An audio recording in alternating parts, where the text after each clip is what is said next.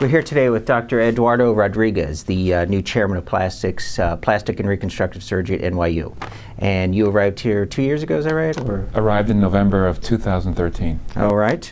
And before that, I believe you were down in Maryland, correct? That's correct. Can you tell us about that and your FACE program down there and so forth? Sure. So I was there, I was at Hopkins initially for general surgery training.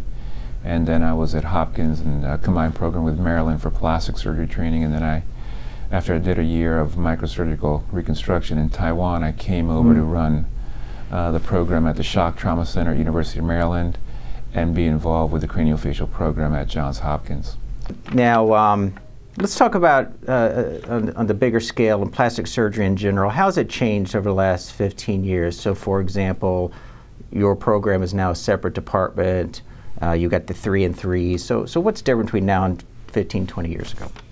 Well, I think if you look at it from a global scale, the potential applications in reconstructive have changed quite a lot. I think innovative approaches have allowed us to tackle some problems that we couldn't really tackle before. Mm-hmm.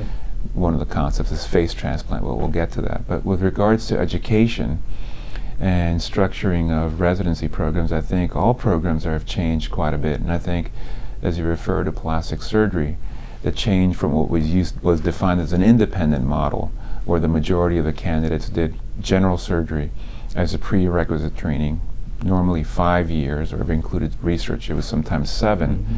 and then you'd apply to plastic surgery. Plastic surgery training programs at that time were just 2 years. It was considered a fellowship. Mm-hmm. Things have changed within the last couple of years overall with regards to surgical education.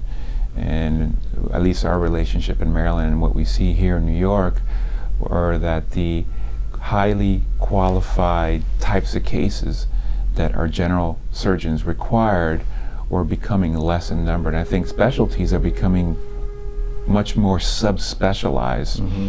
So when you look at the training of our residents going through general surgery residency and general surgery residency education as well, it was almost becoming two very different forks in the road. Mm-hmm. And that's where programs in plastic surgery decided that the education would be best structured and tiered within Department of Plastic Surgery.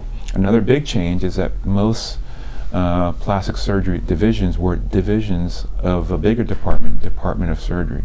And I think what's catapulted that change has been residency education and educational structure. So now, for example, at NYU Langone, we've applied for integrated residency, which was approved, and now beginning this July, our residents, rather than doing 3 years of general surgery, which were totally separated from the plastic surgery curriculum, from day one are part of the Department of Plastic Surgery Education. Oh, wow. However, general surgery education, I feel, is still very important for our residents, and we still have maintained some of the more valuable surgical experiences for our plastic surgery residents. So they're still involved, but their home base is within the Department of Plastic Surgery. What's the internship like this year? So even from year one, they're in your program. Yes. And how is that different from a traditional internship like what I did the first year? So what plastics are getting involved from the first year?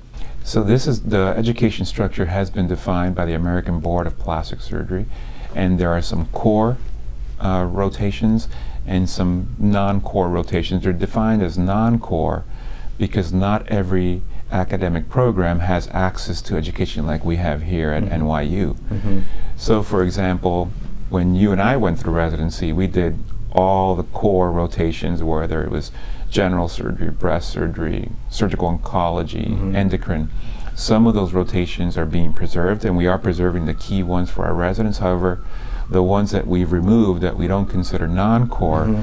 have been filled, for example, with dermatology, oral and maxillofacial surgery, Mm-hmm. otolaryngology, and some other rotations. That's a very good idea. All of those are what plastics needs. And Exactly. those are the fields competing with plastics now. And so I think a plastic surgeon who's trained to do derm and ENT, yeah, that's very interesting. Yeah, so I think it helps them understand the problems that they see Mm-hmm. more often in certain diagnoses that we have less expertise I think it provides a broader scope of education and training. I spent a lot of time in ENT at Ohio State. They had a really good ENT program there, but their plastics wasn't that good. So at one time I thought I was going into ENT. And so I found the knowledge in ENT helpful later on when I was doing plastics and general surgery. So that's very interesting. I think when you cross-pollinate in education, and I came from, my training initially was dental school, Right. and then oral surgery.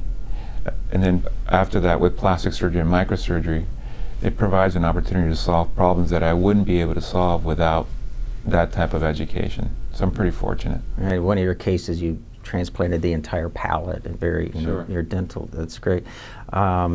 So wow, it's not just that it's 3 and 3 now. It's almost like 5 and 5. I mean, Right. So it's evolved quite a bit. Initially, it went to 3 and 3. Right. And then some programs went to like 1 and 5, and now it's fully integrated with 6 being entirely in the Department of Plastic Surgery, but selection of key rotations within other departments. Very interesting. So now specifically at NYU, how have things changed in the last couple of years? So I was walking through the other day and I noticed a lot of new faculties. So we'll get to the face transplant program. That's new. Have you hired more microsurgeons? What are some of the changes that have happened in the last couple of years? Probably the big change, if you look at the NYU education structure and also clinical structure, one of the big components has been to transition, at least within the Department of Plastic Surgery, what was considered a hybrid model of faculty, where some faculty had private practices, still affiliated with this institution, with limited number of individuals that were faculty group practice, in other words, 100% involved and hired by the institution. Now we've transitioned where we still have part-time faculty that are still involved in an important part of the structure of our program in clinical education, clinical practice. However, we've grown what we call the faculty group practice from a smaller base to a much larger base. So we still have, most institutions call them full-time, part-time. Here it's the definitions are a little different. However, it's become more of a full-time faculty that are part of the faculty group practice, and we still have part-time faculty which still have, or still named full-time, but are individuals that have a private practice component. The full-time doctors, you think, are carrying their weight more, teaching more? Correct. Yeah. They have probably the greater amount of responsibility. They're more in line with the mission of the department and the mission of our hospital. What's your relationship with Meath for the cosmetic? Are you still sending people up there for the cosmetic program? Yeah. So from our standpoint, we still have an educational relationship with the Meath. So our residents do go there in their 5th year.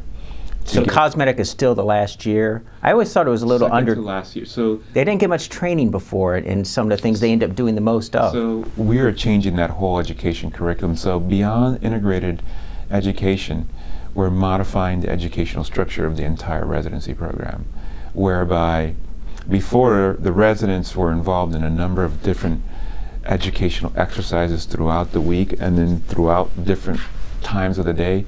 Now we've structured all the education on one day, one block in the morning so they can get everything they need. However, other changes have included manipulation of the clinical rotations. So I want our residents to have access to the best clinical rotations, and exactly as you mentioned, the Meath program is a good introductory program for our young residents. And what we've done here, one of the deficiencies was the aesthetic education. So we've really buttressed the aesthetic component, and I feel it's very important that when the residents reach their senior year, they run their aesthetic part of their clinical practice as if they were a junior faculty member. We support them. We're with them in evaluating the patients. We're with them when they operate, but it's almost as if it were graduated responsibility and they run their own practice. So we've built a number of different programs, but the aesthetic component is one that we've had to buttress quite a bit. And I think it also provides an opportunity for collaboration and greater cohesion in a university setting. I think if we're all working towards the same cause, rather than independent silos competing for the same resources, what we end up finding out that actually the pie is not cut into smaller pieces. Actually, the pie is bigger with greater number of pieces. I wrote a textbook and had 135 different authors and so forth, and I went out of my way to get some ENT doctors in there in that book to cover some of the tumor chapters and so forth, and for that same idea, you know, not treat them like the enemy, but bring them in. And we run a number of multi-program collaborations. For example, if we have what we consider a craniofacial type of educational curriculum, we will invite our otolaryngology department, oral and maxillofacial, ophthalmology and oculoplastics. And actually the history of this department, when it was founded by John Converse in the 50s, was to create this environment of multi-division, multi-specialty collaboration, and that's how we evaluated craniofacial, children with craniofacial anomalies, and now those practices have grown to breast surgery and breast oncology, and we use the same kind of model with all the different kind of subdivisions or virtual divisions that exist within this large department. All right.